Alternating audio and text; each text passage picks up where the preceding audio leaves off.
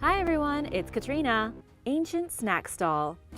Did you know that ancient people also loved street food? One of the most recent finds from Pompeii is a brightly decorated snack stall that served hot food and drinks in the street to passerby. Vibrant frescoes depicting different animals, including a chicken and 2 ducks, cover the front of the stall. Pompeii was buried in ash when Mount Vesuvius erupted in 79 AD, forcing residents to flee or perish. Even though the site was discovered in the 16th century and excavations began in 1750, archaeologists have only uncovered about 2/3 of Pompeii, and they continue to discover amazing things at the site left virtually frozen in time. Called a thermopolium, or a hot drinks counter, the snack stand was discovered in a part of Pompeii that is not yet open to the public. The setup included terracotta jars, which the stallkeeper would have set into circular holes on the counter. Inside these jars, archaeologists found 2,000-year-old traces of animal products that were used in the foods that were offered, including pork, fish, snails, and beef. They also discovered a bronze drinking bowl, or a patera, ceramic jars that were used for cooking soups and stews, amphorae, and wine flasks. "This is an extraordinary find," said Pompeii Archaeological Park Director Massimo Ossana. "It's the first time we are excavating an entire thermopolium." It looks like the drawings on the front represent what was on the menu. What would you have ordered from this hot drinks counter? Some pork? Some snails? Some stew? Let me know in the comments below. New King Tut findings. Even though King Tut's tomb was first opened nearly a century ago in 1922, experts continue to make shocking discoveries by reanalyzing its contents.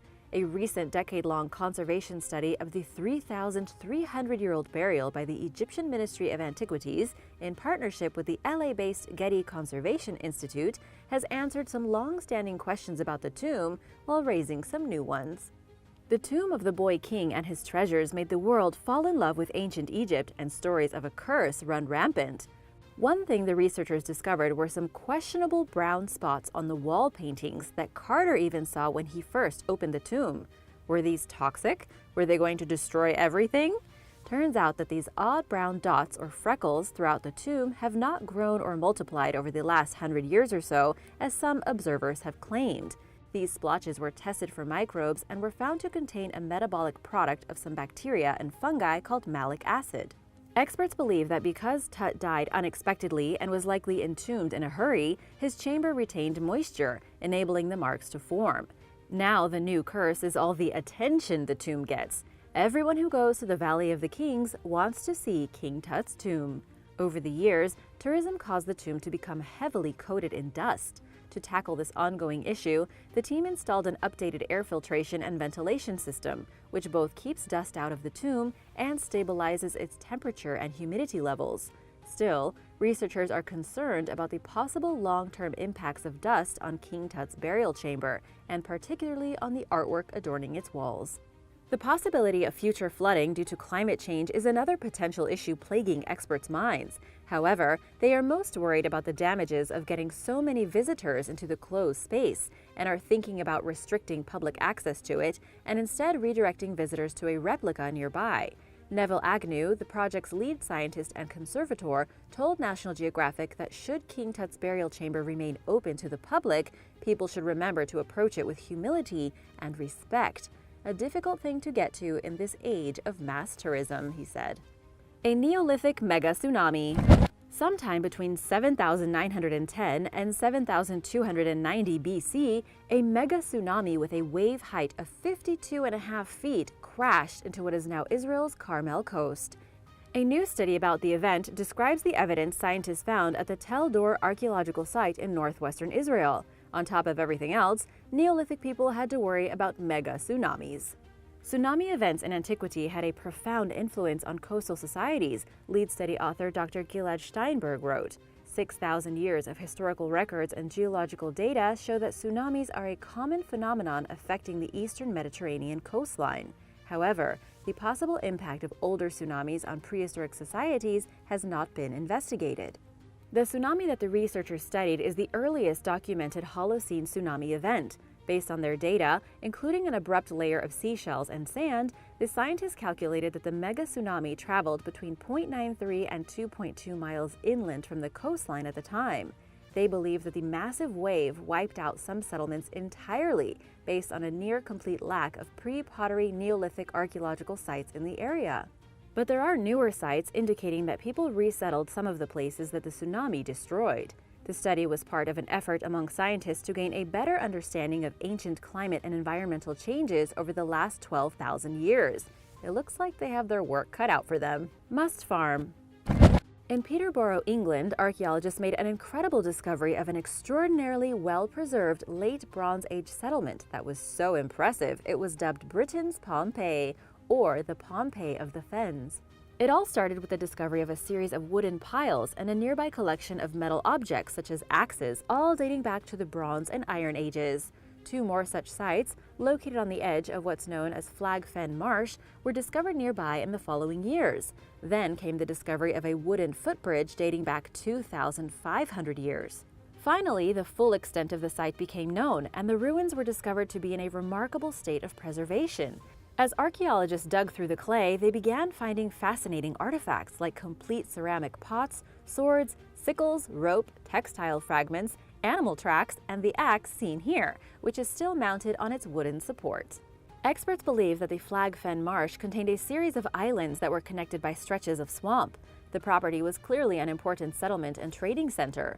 The settlers there built their structures by constructing raised floors on posts inserted directly into the river bottom.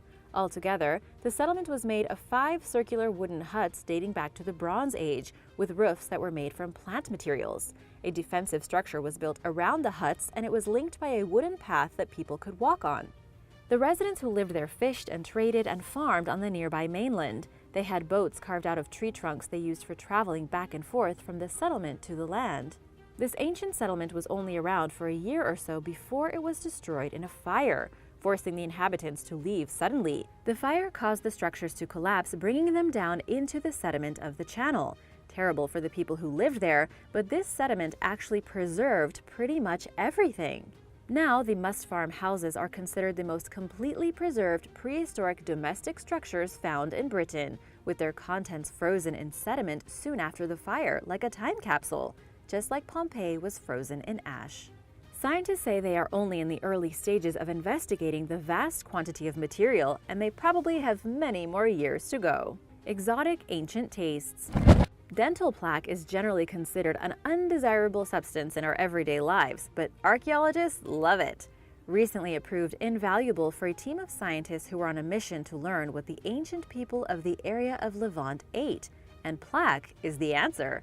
The researchers analyzed the dental plaque, or calculus, of 16 skeletons from the settlements of Megiddo and Tel Erani, both located in modern-day Israel. Plaque taken from 16 upper-class graves at Megiddo turned up evidence of foods the team expected to see, including lots of grains, like wheat and millet, as well as dates and other fruits. They were surprised to learn, however, that the deceased also ate exotic foods from faraway lands like South and East Asia, such as soybeans and turmeric, things that, until now, experts did not think people of the Mediterranean had access to 3,500 years ago. Dental calculus from burials at nearby Tel Erani dating back to 1100 BC also show evidence of people eating imported foods, including sesame from South Asia, as well as one man in his 50s whose teeth bore signs of having eaten bananas. Those who lived at Tel Erani are connected with the people the Bible refers to as the Philistines, and their graves are humble, not the type archaeologists expected to find imported exotic foods. The team who conducted the study believe that they've only scratched the surface of how many of the region's people ate exotic foods, which have flown under the radar until now due to their poor preservation and the complicated process of extracting plant proteins from dental calculus. Any dental archaeologists out there? Honestly, did you know that you could learn so much from people's teeth, even if they are thousands of years old? I was surprised. Early Caribbean migration. The early migration history of the Caribbean has long been a confusing topic to scholars, who recently got some concrete answers thanks to a groundbreaking study examining the DNA of 174 sets of human remains from throughout the region. Just a few years ago, it was impossible to extract genetic information from the bones, but now new technology has made it possible. Sometime between 6,000 and 7,000 years ago, a foraging people known as the Archaic Age people traveled to the Caribbean islands from coastal Central America and northern South America. Then, around 2,500 years ago, a group of pottery-making farmers, called the Ceramic Age people, set out from northeastern South America and ventured throughout the Caribbean. Soon after the Ceramic Age people arrived, the Archaic Age people seemed to have vanished, leaving their legacy behind in the form of ever so slight genetic traces from limited intermingling with the newcomers. Through disease or violence, the ceramic people ultimately replaced the communities they encountered. The Archaic people lived longer in some places than others. In Cuba, for instance, they appear to have survived until around 900 AD, largely undisturbed by the new settlers, according to study co-author and archaeologist William Keegan. Moreover, the populations on the islands of Puerto Rico and Hispaniola, modern-day Haiti and the Dominican Republic, were likely much smaller than the Spanish estimated upon arriving during the 15th century, numbering in the tens of thousands rather than the millions like they thought. Mass child sacrifice. Between 2011 and 2019, archaeologists in northeastern Peru unearthed the remains of 269 children from the Chimu culture, all between the ages of 5 and 14, and 3 adults at a site called Juan Chaquito, Las Llamas. The burials date back over 500 years to sometime between 1400 and 1450 and belong to people who appear to have died in a mass sacrifice, making for a shocking and unexpected discovery. It's the largest known child sacrifice ever found. Michael Spano, a local pizzeria owner, alerted archaeologist Gabriel Prieto after human bones began emerging from a vacant lot near his home. Excavations ensued, and Prieto quickly noticed that the graves were unlike typical Chimu culture burials. Instead of being positioned upright, as was customary, they were laid on their backs or curled up on their sides, and many had cut marks on their sternum and ribs. Typical grave goods, such as pottery, were conspicuously absent. Oddly, many children were buried alongside llamas and alpacas, which were extremely valuable to the Chimu people as a food source and method of transportation. Like the children, the animals were also sacrificed. The Chimu culture is largely a mystery, complicating researchers' ability to figure out precisely what went on that horrifying day when the children were sacrificed. With no written records left behind by the Chimu themselves, archaeologists must rely on physical evidence and the observations that the Spanish recorded upon their arrival to the region. And until archaeologists excavated the mass grave, there were no signs that the Chimu sacrificed children. They suspect that an altered climate, specifically higher seas, heavy rains, and severe effects of El Niño may have destabilized the civilization's economic and political stability. Consequently, the mass sacrifice of some of their most valuable offerings, children and animals, may have been done in a desperate attempt to appease the gods in one final plea. Ancient ritual bath. Archaeologists working at Jerusalem's Mount of Olives, near where the Last Supper is believed to have taken place, have found the remains of a 2,000-year-old ritual Jewish bath called a mikvah. While discoveries of Second Temple-era baths in Israel are not unusual, this mikvah is the first evidence linking the site to the time when Jesus lived, more particularly his last day alive. The site is believed to be the New Testament's Gethsemane, where Jesus suffered in agony for a night following the Last Supper, and also where he was arrested and taken away by Roman soldiers before he was crucified. The discovery does not prove the claims detailed in the Gospels, but it brings researchers one step closer to establishing that credibility. For the first time, we have archaeological evidence that something was here in the Second Temple period in the days of Jesus, Amit Rahem, the Jerusalem district head of the Israel Antiquities Authority, told the Times of Israel. It is not from the mikvah that we are so excited, rather the interpretation, the meaning of it, because despite there being several excavations in the place since 1919 and beyond, and that there were several findings from the Byzantine and Crusader eras and others, there has not been one piece of evidence from the time of Jesus. Nothing. Until now, the absence of any New Testament-era discoveries at the site caused experts to wonder if maybe the events of some of Jesus' last days of life happened elsewhere. Now they at least know it's possible that these things may have happened at the site.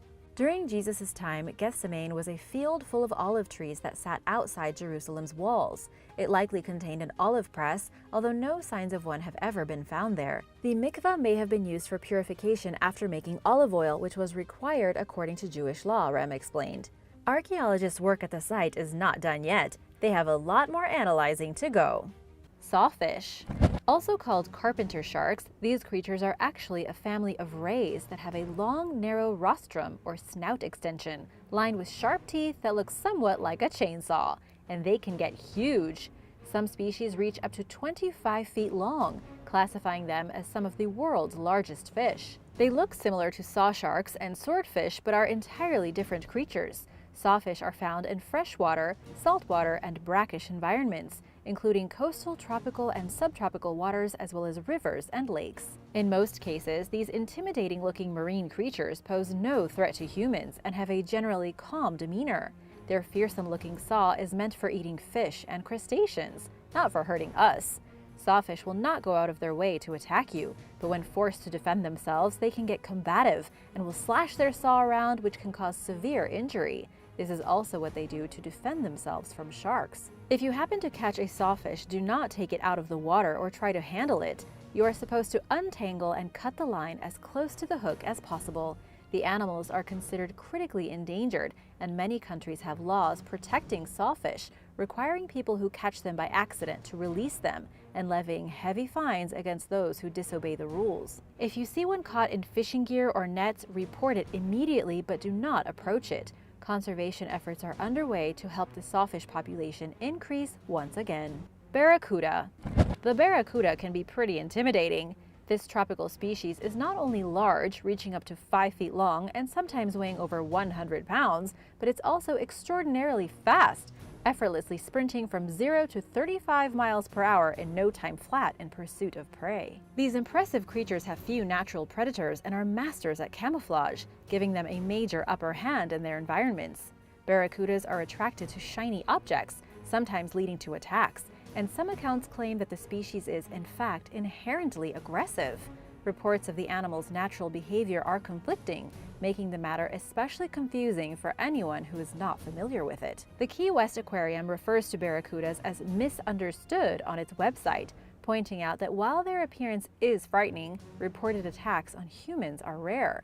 In fact, many divers have found themselves surrounded by barracudas, only to treat the situation as a photo opportunity rather than a reason to panic. When barracudas do attack swimmers, it's believed to result more from confusion, such as poor visibility, than from the creature's instincts.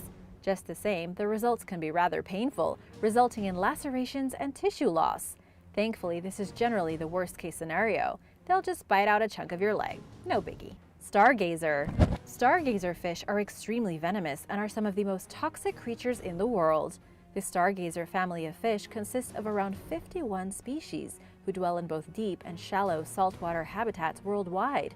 They also have an invasive presence in US and Canadian waters. Their eyes are mounted on the top of their head and are accompanied by a large upward-facing mouth. These unbecoming features have earned the stargazer a reputation as the world's ugliest fish. Although the blobfish might have the crown. It's kind of a toss-up.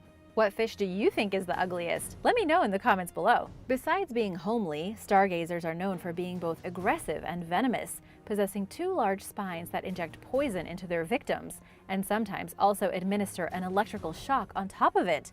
They are one of the most dangerous fish to humans, not only because of their potent venom, but because they tend to lurk on the sea floor, buried in the sand, often remaining camouflaged from view. Attacks are thus unpredictable. Generally speaking, a stargazer will not attack a human out of nowhere, but it's possible to trigger one accidentally by stepping on it. Symptoms of a stargazer sting include puncture wounds, bleeding, pain, swelling, redness, a hot sensation, symptoms of shock, and a slight feeling of electrocution.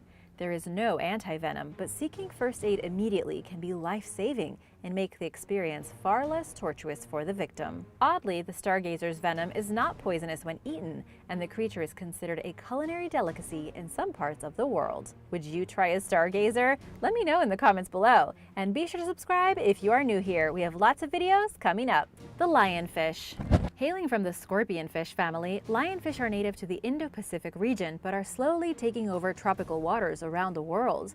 They are known primarily for their bold, zebra-like pattern and venomous fin spines. While a lionfish sting is rarely fatal to a human, the experience is nevertheless both terrifying and excruciating. These creatures do not typically target people, but will readily sting you when threatened.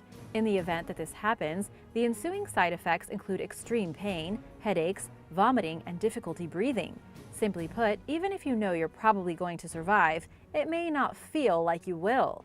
Some people are more sensitive to the venom than others, so the severity of the pain and other symptoms varies. In many cases, lionfish pose a greater threat to wildlife than to humans. Red lionfish are one of the largest species, measuring up to 18.5 inches long. They are considered an invasive species in the Caribbean, along with another type of lionfish known as the common lionfish. Because of their size and sharp toxic spines, both species lack predators. They just eat about everything and reproduce quickly, taking over everything in sight. In some places throughout the western Atlantic and the northern Gulf of Mexico, including off the Florida coast, native fish populations are reduced by as much as 90% due to invasive lionfish. As a result, people are encouraged to hunt the creatures and eat them at restaurants as a way to drive down their overwhelming numbers and hopefully give other animals a chance to survive. Would you eat a lionfish? Let me know in the comments below. As long as you don't eat its spines, you should be okay. Puffers. Speaking of venomous fish, pufferfish, also called swellfish, blowfish, globefish, toadfish, and several other things, come from the Tetraodontidae family of around 90 fish species who are known for inflating themselves when disturbed. They are found primarily throughout the world's temperate and warm waters in the sea and some brackish and freshwater environments. The largest pufferfish reach up to 3 feet long, but most are smaller. It isn't their size that makes them scary. Many species are extremely poisonous, carrying a toxin called tetrodotoxin in their internal organs. This substance can easily kill a human. Actually, the amount of toxin in one pufferfish is enough to kill up to 30 people, qualifying pufferfish as some of the world's most poisonous vertebrates. Despite this, many people in certain parts of the world, including Japan and China, consider them a culinary delicacy. Specially trained, licensed chefs prepare the expensive dish in a way that is safe for consumption, but one small slip-up could inevitably mean death. And these mistakes do happen. As many as half of all food poisoning deaths in Japan result from eating pufferfish, according to Japan's Ministry of Health. Around 50 people are poisoned from consuming the dish every year in the country, and some of these cases are fatal. It's important to point out that many of these instances involve an untrained or improperly trained person cooking and serving the creature. In parts of Japan that uphold extremely high standards for who is allowed to prepare pufferfish, poisonings are extremely rare. In Yamaguchi Prefecture, for instance, there has not been a known case of poisoning from eating pufferfish in decades. The moray eel. Armed with strong jaws and sharp teeth, these smooth, scaleless creatures are not only capable of seizing and holding prey with ease, but of causing serious injury to humans as well. The moray eel family consists of over 80 species, all which dwell in shallow tropical and subtropical waters. The longest species grows to around 11.5 feet long, but most moray eels get to about 5 feet long. They have razor-sharp teeth that face inward, and if you are diving or swimming, you shouldn't get anywhere near their mouth. While moray eels are not naturally prone to attacking people, when the conditions are right, usually when they feel threatened, they will not hesitate to become aggressive. And when it happens, the results can be extraordinarily painful and damaging. An Australian diving instructor was feeding a moray eel when it grabbed onto his thumb and didn't let go. Then its jaw mechanism shot forward, yanking his thumb off, and it swam away with it. While vacationing in Hawaii in 2018, a Maryland woman named Kristen Porter was bitten by a moray eel off the Waikiki coast. Knowing it was more than just a fish nibble, as she put it, Porter lifted her foot into the air, and in her words, there was blood everywhere. She described the bite as quite painful. Andrew Rossiter, director of the Waikiki Aquarium, told the news after looking at pictures of Porter's wound that he believed the offending creature was a moray eel. The International Shark Attack File in Florida later confirmed the suspicion. Despite these incidents, eel attacks and bites are very rare, and these creatures are not inherently aggressive toward humans. They are just apparently really hungry, and your appendages look just like food. Stonefish. Even more venomous than the stargazer, the stonefish is a close relative to scorpionfish and also has dangerous dorsal fin spines. The stonefish genus reportedly qualifies as the world's most venomous fish. Found in rocky and muddy bottoms of the Indo-Pacific region, they are masters at camouflage, blending in seamlessly with surrounding rock and coral. Stonefish have 13 venomous spikes along their back, which release poison under pressure. This impressive ability can spell danger for humans. While a stonefish is extremely unlikely to use one of its venomous spikes to attack a human, it will certainly utilize this body part in response to one. This means that if you accidentally touch or step on one, it could cost you your life. The The severity of a sting depends on how much venom is injected, and the longer someone presses down on a stonefish, the more venom they are likely to release.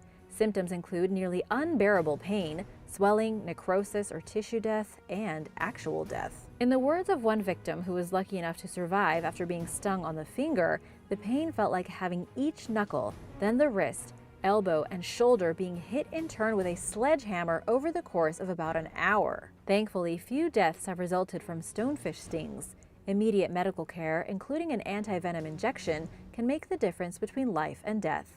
People who venture into areas where stonefish are known to live are urged to wear water shoes, look where they're stepping, and shuffle instead of step, giving creatures a chance to scurry away instead of cross paths, which neither we nor the fish want. Goliath tigerfish. The Goliath tigerfish is a large predatory freshwater species native to Africa, particularly the Congo River Basin and Lake Tanganyika. It has long teeth like a crocodile, perfect for ripping out large chunks of meat. It reaches up to 5 feet long and can weigh as much as 110 pounds. It has large teeth that grow up to an inch long each. This ambush predator preys almost exclusively on other fish, and its only known predator is the Nile crocodile.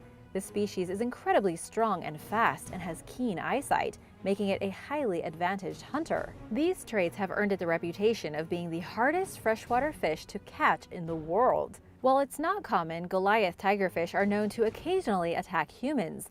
It is one of the few fish known to do so because they feed on fish, and we are definitely not that. But they will come over and bite hard. Like other predators, they are attracted to shiny things, so it's best to not wear anything flashy if you are near them. These big fish will also jump out of the water to catch birds flying overhead. According to one account, a large Goliath tigerfish was attracted to the shimmer of a young girl's belt made out of bottle caps, which was meant to ward off evil spirits. The creature reportedly practically bit the girl in half. In another alleged attack, a specimen supposedly bit a man in the throat, killing him more or less instantly. These reports are unconfirmed, but were compelling enough to inspire extreme angler Jeremy Wade, who hosts the show River Monsters, to investigate. The great white shark.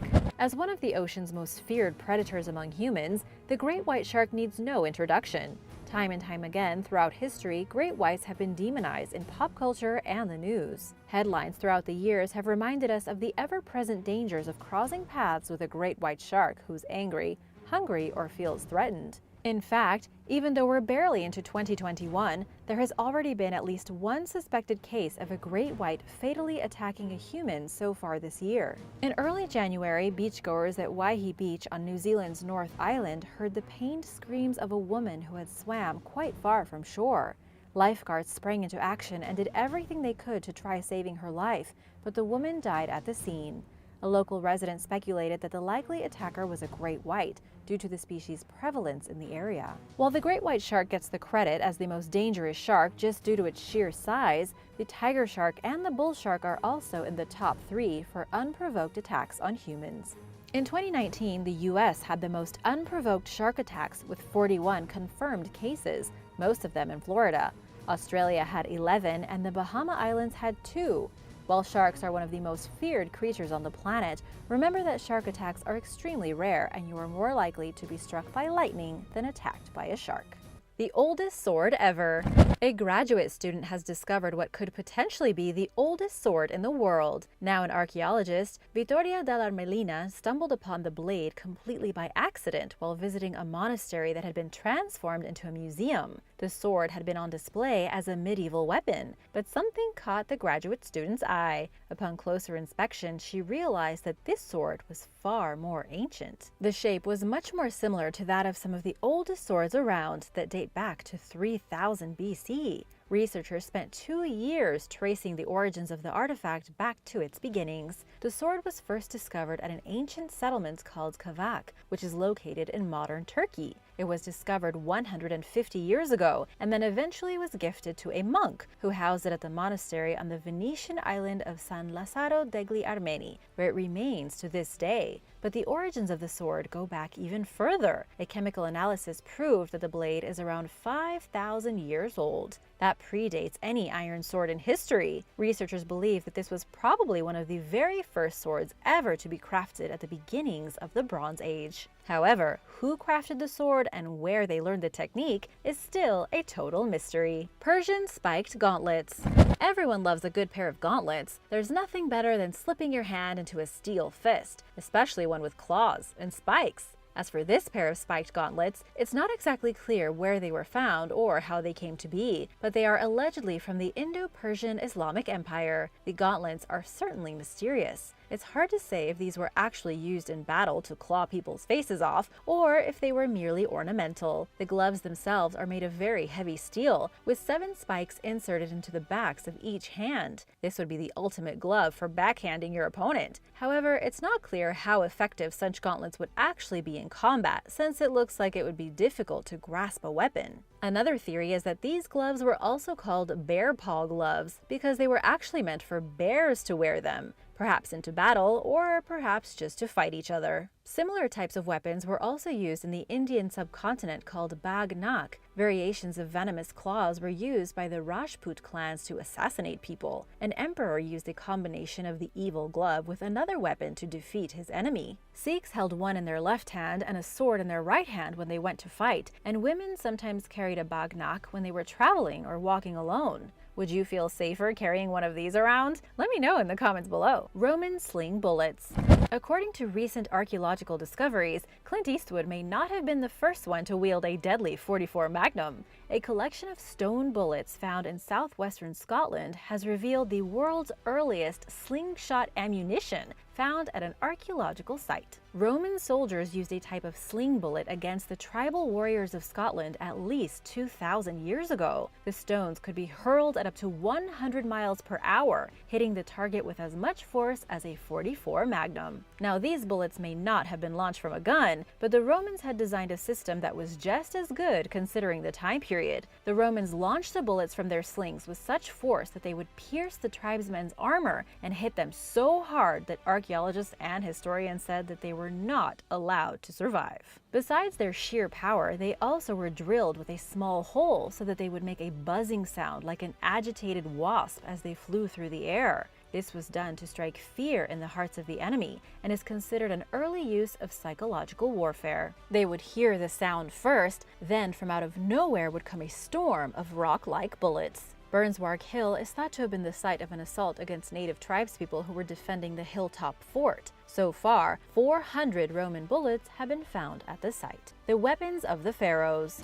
We talk a lot about the engineering feats of the ancient Egyptians, but not much about their amazing weapons. The pharaohs of ancient Egypt not only ruled one of the most extraordinary civilizations ever, but it looks like they also did a lot of the dirty work themselves. Egyptologists have been investigating a horde of various different weapons discovered from the Bronze Age between 5,000 and 3,000 years ago. They determined that elite members of ancient Egypt, including the pharaoh himself, used ornate daggers, swords, and axes in battle and for executions. For a long time, scientists thought that the ornate weapons were just decorations or used for ritual purposes, but it turns out that the pharaohs wielded these weapons for real. Daniel Boatwright from the Isle of Wight College in the United Kingdom has analyzed at least 125 weapons from Egypt, most of which were found within the tombs of pharaohs. Judging by his analysis, almost all the weapons showed extensive wear. That means that many of the pharaohs whose tombs are located in the Valley of the Kings would have participated in battle, and even though the pharaohs were gods among men, they weren't afraid of a little blood and gore. Greek fire. Greek fire was an ancient incendiary weapon first utilized by the Byzantines. It's also something of a total mystery to historians today. It was used in the 7th century to repel Arab invasions at sea. It wasn't the first incendiary or fire weapon to ever grace the earth, but it was arguably the most significant. What's really fascinating about Greek fire is that even when other armies were able to capture the liquid concoction, they were unable to reverse engineer it to use for themselves. Other armies also failed to recreate any machine that could deliver the mixture effectively. The recipe remained a secret, and even to this day, nobody knows what ingredients were used. Greek fire was also known as sea fire. The mixture was heated, pressurized, then delivered using a special tube. It was so effective that the Byzantines could use it to light enemy ships on fire from a distance. It was also apparently able to burn in the water, kind of like the dragon fire from Game of Thrones. This prevented enemies from putting out the flames during naval battles. It also stuck to whatever it touched, making it a lot like ancient napalm. Even more brutal is that Greek fire would sometimes be placed inside of jars and then thrown at the enemy like grenades. Some of these jars were recovered from the fortress of Chania, complete with caltrops. But despite all this, the true formula has escaped modern scientists. The gun shield. Perhaps one of the most fascinating weapons found in Great Britain is the gun shield. It comes from the 16th century, straight from the armory of Henry VIII. There were 46 surviving samples throughout England, including from the armory at the Palace of Westminster, the Tower of London, and other royal historic sites. Also, 8 of these gun shields were discovered on the wreck of the Mary Rose. They were listed on the inventory in 1547 as targets steeled with guns. But what exactly are they? Were they just decorative oddities, or is this actually an important discovery? Historians believe they came from Italy and were given to Henry VIII in 1544 along with a letter. These objects were described as several round shields and arm pieces with guns inside them that fire upon the enemy and pierce any armor. Henry VIII is most infamous for his many wives and his separation from the Roman Catholic Church, but he was also very interested in new inventions and technology when it came to weapons. The design consisted of a round wooden shield with a loading matchlock pistol that could fire through the middle upon the enemy and pierce their armor. On some examples, the back had straps to carry it and red and yellow cloth with lining to protect the user's arm. The English later adapted the Italian version to use it on ships. What's really fascinating is the concept of the gun shield itself. Considering it was developed in the 1500s, it was quite the advancement for the time, but we never saw gun shields rise as an effective wartime tool. Items like this, connected to early British royalty, are hard to come by, and one of the shields that came up for auction was estimated to go for at least £50,000 when it is sold at auction. Green glass spearhead.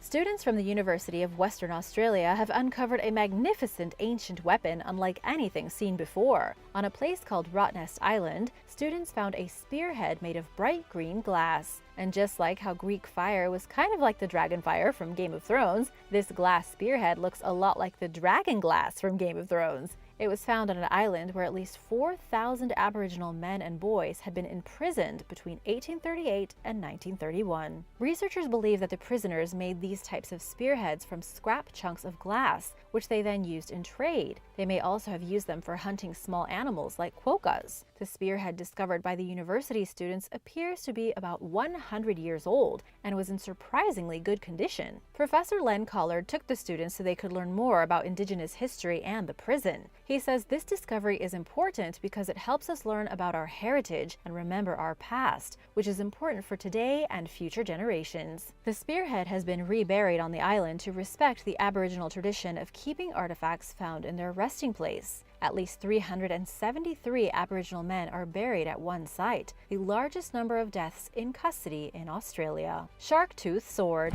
Researchers discovered a hoard of weaponry made with shark teeth on the Gilbert Islands in the Pacific Ocean. Discovered in the 1800s, the 124 swords, spears, and tridents have sat in a vault in Chicago's Field Museum until recently. Smithsonian Magazine reports that the weapons are each made up of dozens of individual shark teeth that islanders lash to a wooden core with coconut fibers. What makes these weapons so incredible is that they are made from the teeth of at least 8 different shark species.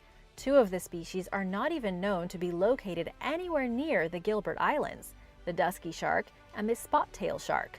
This led to the mystery of how exactly the local people came to get their teeth. The dusky shark and the spot-tail shark teeth were a huge surprise to researchers who recently investigated the shark tooth weapons, since these sharks typically live thousands of miles away from the island. There is no evidence of trade between the Gilbert Islands and the Solomon Islands or Fiji, which is the closest known location of these sharks. Biologist Joshua Drew says that this is an example of shadow biodiversity, an example of what lived in the ecosystem in the past before we started studying what was there. It's impossible to know for sure, but it is likely that humans led to the demise of these sharks in this part of the world. Terracotta crossbows. Ever since the terracotta warriors were accidentally discovered in the 1970s, the over 8,000 statues have been a source of intrigue for the entire world. But there is one specific area that doesn't get a lot of attention: The weaponry. One of the issues here is that the weapons had rotted away before the tomb was ever revealed. The warriors were crafted quite well, but most of their weapons were made of wood or bamboo. The result is that only the tips and the triggers for their crossbows remained. But this has been a revelation of its own. According to an article from Live Science, researchers have inspected the metal remains of the crossbows of the terracotta warriors to find out how they were built and what they were used for. As far as researchers can figure out, each crossbow trigger was constructed of 5 parts. But because of a lack of wear on the metal pieces, the researchers have surmised that they were never used in battle and were built solely to be placed inside of the tomb. Also, judging by how similar each piece is, the researchers are confident enough to say that the interlocking trigger parts were likely crafted in a factory-type setting. Basically, the crossbows made for the terracotta warriors would have been crafted in one of the first ancient assembly lines for weaponry. A pretty amazing discovery. Viking swords. It seems like wherever you go in Europe, there are Viking swords buried within at least 10 feet at all times. Viking swords have been found in lakes, at the tops of mountains, and in this case, an entire collection was found in Estonia. In the northern part of the country, archaeologists uncovered 2 caches with fragments of at least 100 Viking swords. The swords date back to the middle of the 10th century, and they were likely used as grave markers for people who were buried nearby. It's likely that a battle had taken place somewhere in the region, and these swords were stuck into the ground just like modern grave markers. But of course, they had been lost over time. This isn't a very surprising discovery, seeing as Estonia was one of the favorite places for Viking warriors to raid in the 10th century. There have been all kinds of Viking treasure hoards found in the area. However, this is the first large-scale potential grave site ever found. While no bodies have been discovered yet, the hundreds of fragmented swords means that there might be remains nearby. It might only be a matter of time until somebody stumbles upon a skeleton. Spitalfields Lady. Amid excavations of a large cemetery in 1999, archaeologists discovered the 4th century burial of a Roman woman underneath London's Spitalfield Market. Her remains were in an ornately decorated lead coffin within a sarcophagus, reflecting her elite societal status and immense wealth. The woman was buried wearing a silk garment sewn with gold thread and at least one woolen band that was dyed purple with the ancient world's most expensive pigment, which derived from a sea snail. Her head rested on a pillow filled with bay leaves. She was also laid to rest with plenty of valuable grave goods, including 2 glass perfume bottles. The findings are described in a recently published book backed by decades of research by the Museum of London Archaeology, or MOLA. Her presence in the Spitalfield Cemetery shows that even towards the end of Roman Britain, London was fully integrated into high-status economic and political networks, Roman archaeology specialist Michael Marshall told The Independent. Despite the wealth of information researchers were able to glean from the discovery, they never did determine who the woman was. There was no inscription in or around the grave to indicate her identity. Perhaps it was lost at one point while her grave was looted, which is a likely scenario. Her grave is the most elite Roman burial ever found in London, suggesting that she was the wife of a high-ranking official such as a governor or a viceroy. But researchers are not sure exactly whose wife she may have been, as only 4 names of such individuals from the time are known today, and their wives' names are an even bigger mystery. An examination of the woman's teeth indicate that she was born and raised in Rome during the mid-4th century. She likely traveled to London in her mid to late teens after marrying a high-ranking man who was appointed to a position in the city. Experts believe she died in the late 4th or early 5th century, no more than 2 or 3 years after arriving in London, either during childbirth or from disease. Massive moat. Cabezo Pequeño del Estaño is a walled Phoenician merchant town located along what is now Spain's southeastern coast. While conducting excavations, archaeologists from the University of Alicante discovered a large defensive moat dating back to sometime between the 8th and 9th centuries BC. Found alongside the Segura River, the nearly 3,000-year-old hand-dug structure is one of several defensive features at the site that were meant to protect the town's residents from invaders. It measures 10 feet deep and over 26 feet wide, and is one of just 2 surviving Phoenician moats in the Western Mediterranean.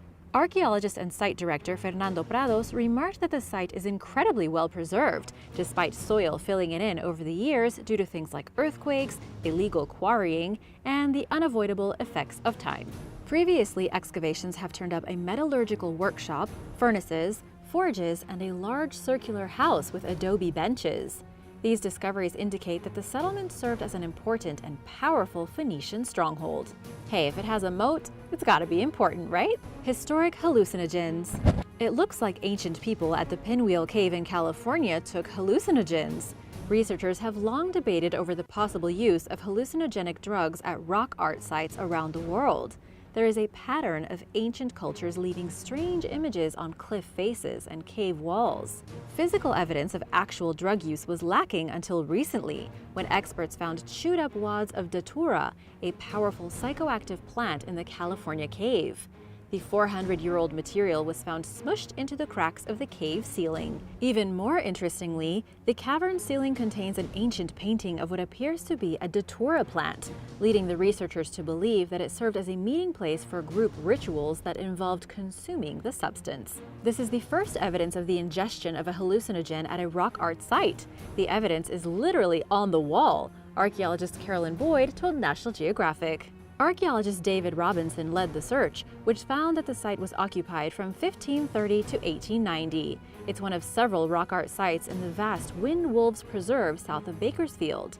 The team attempted to extract human DNA samples from the quids, or chewed-up wads, that were found stuck to the cave ceiling, only to stumble upon hallucinogenic alkaloids like scopolamine and atropine, which are found in datura. Datura is dangerous and even potentially lethal in high doses, and its potency is unpredictable. But it played an imperative role in some Native American traditions for its alleged spiritual properties. While the discovery of datura's use comes as a welcome find to the Tejon tribe, whose culture, like many others, was suppressed and partially lost to colonialism, they no longer use the plant today. And now for number 7. But first, be sure to subscribe if you haven't already and join the Origins Explained family. A king's seal. In the early 1900s, archaeologists excavated Megiddo, an ancient city in modern-day northern Israel. During that time, they found a special seal called a bulla.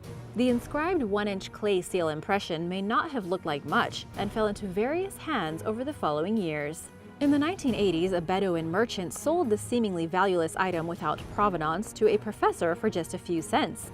But this tiny clay seal is one of the earliest, if not the earliest, inscribed bulla in the land of Israel, said Professor Yuval Gorin. Now that they have their hands back on the prized artifact, scholars studied it for several years, subjecting it to strict testing by experts at Ben-Gurion University. Researchers concluded that the ovular seal likely dates back to the 8th century BC, during the reign of King Jeroboam II, who ruled from 788 BC to 748 BC.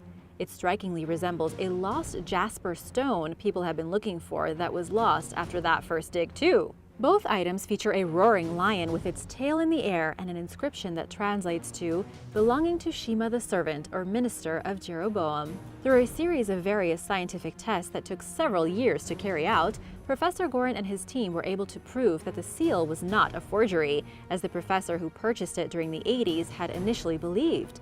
Once it was authenticated, the artifact was turned over to the Israel Antiquities Authority. Massive stone monument at Petra. Nicknamed the Rose City, Petra is an ancient metropolis that was meticulously carved from pink sandstone around 2,000 years ago in the semi-arid landscape of southern Jordan. It was built by the Nabateans, a nomadic culture that was heavily involved in the incense trade. The society is largely a mystery to scholars, despite flourishing for centuries and leaving behind signs of highly developed technology for the time. Petra, also known as Ramku, was the most prominent Nabatean city, serving as a link along trade routes between the Arabian and Mediterranean seas. It was equipped with a sophisticated irrigation channel that provided water for around 30,000 residents year-round. The city's glory began to fade after an earthquake in 336 AD.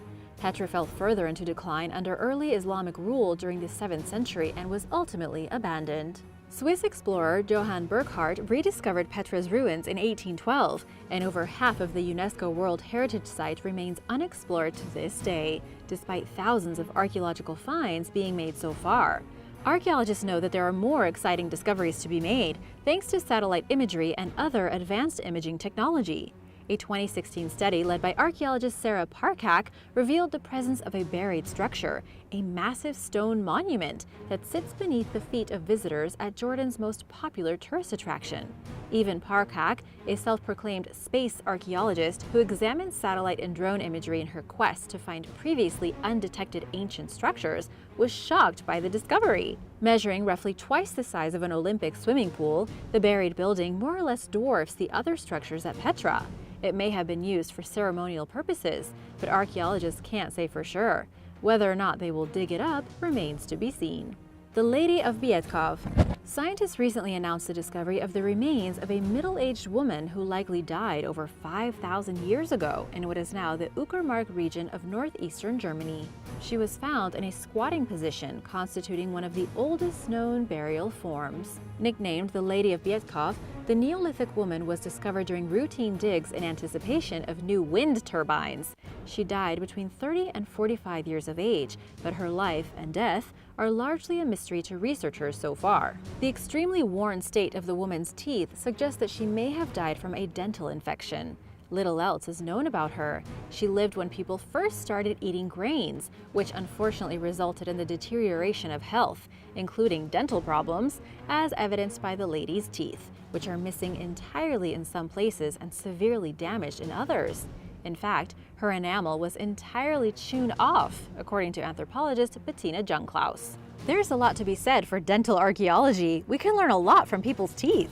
But whether the woman's teeth truly indicate her cause of death, or even a condition that led to her death, remains speculative at best.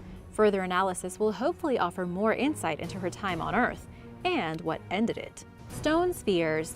While clearing land in Costa Rica's Diquís Valley during the 1930s, United Fruit Company workers started finding large, nearly perfect round stone spheres that were previously hidden by thick foliage. Known today as the Diquís spheres, or stone balls, they were created by a mysterious civilization that has now been lost to time. Dating back to between 700 to 1530, it's believed that the spheres were used to line the walkways to chiefs' houses, but their specific meaning and significance are unknown. The largest among the Diquís spheres measures over 6.5 feet in diameter and weighs more than 16 tons, while the smallest ones measure just a few inches. There are over 300 known, most of which are made from a coarse basalt-like substance called grabo. Some are made from other materials like limestone and sandstone. Many of the spheres were damaged by the workers who found them, who used bulldozers to move them and drilled or exploded them in case there was gold inside. Spoiler alert, there wasn't. They are surrounded by myth and speculation, so archaeologists have tried to figure out more about them. What we do know is that they were made by pecking and hammering with stones. Some still have the markings, so it is easy to track how, but not why they were made. The people who made them did not leave any written records, so they are trying to reconstruct the context. The people went extinct shortly after the Spanish conquest, and after that, their story is lost. Butterboat shipwreck. Every now and then, a shipwreck will appear off the coast of Ireland. The shipwreck is evidently quite old and is nicknamed the Butterboat. It will sometimes appear along Streedow Beach in County Sligo during low tide and when the sands shift. For years, rumors circulated about the vessel's origins, with some accounts claiming it was from the Spanish Armada and others suggesting that it was a tourist ship. But the wreck's identity only recently came to light after 20 years of extensive research on behalf of Ireland's National Monuments Service. The ship's wood was dated back to sometime after 1712, giving experts an idea of what to look for in their extensive database of 18th and 19th century shipwrecks off County Sligo. With the help of historical sources, the team of sleuths identified the vessel as the Greyhound, a trading vessel that sank in December 1770 during a storm. 20 of the 21 crew aboard drowned, with the lone survivor making it to shore after the storm and alerting people nearby of the wreck. Once the long-standing mystery of the Butterboat was solved, locals held a small remembrance ceremony at the Greyhound's remains, honoring those who died over 250 years ago. Human hibernation. A group of researchers recently made the bold claim that early humans may have hibernated through the winters hundreds of thousands of years ago, like bears. They based their theory on human bones found in northern Spain inside a cave called Cima de los Huesos, or Pit of the Bones, which bear telltale damage and lesions that are found on the bones of animals that hibernate. Dozens of hominid remains have been excavated from the cave over the past 3 decades.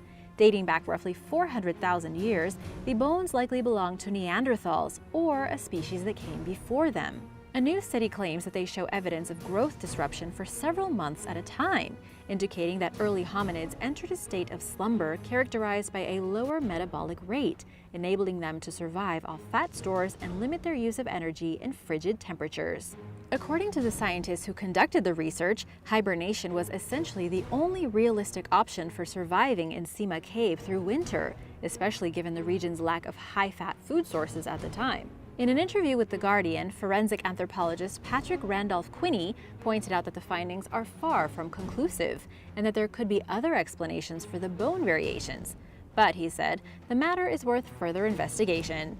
I think a winter hibernation would really mess up my schedule. Do you think you could handle it? Let me know in the comments below. A distinctive diet. There is a lot going on with dental archaeology lately. Scientists at Vanderbilt University in Nashville, Tennessee, recently published a study detailing the diets of two societies that lived in northern Peru 6,000 years ago. The neighboring groups, the coastal Huaca Prieta people and the Paredones, who lived about a half-mile inland, subsisted off different foods, despite being in such close proximity with one another. The researchers determined what each culture ate by analyzing isotopes of their dentin collagen, a calcified tissue found in human teeth. They examined samples from the remains of 21 individuals at Huaca Prieta and 9 people at Paredones. While the people who lived at Huaca Prieta had a primarily marine-based diet, those at Paredones survived off an agricultural diet that consisted mostly of meat and maize. These differences result from and reflect social and political distinctions of these two different groups, said Vanderbilt Associate Professor of Anthropology Tiffany Tung, who added that differences in food production, distribution, and consumption generated opportunities for exchange, an interaction that bound them together in mutual benefit. Each community also had economic and occupational specialties as well. Over time, they became skilled at the technologies associated with processing their foods. Consequently, people played different roles in these societies and contributed to the formation of a complex socioeconomic structure. By studying their teeth and learning what they ate, scientists were able to learn a lot more about how these communities were organized and run. Thanks for watching! Which discovery was your favorite? The cave? The spheres? Let me know in the comments below. Hope you learned something new, and I'll see you next time. Bye!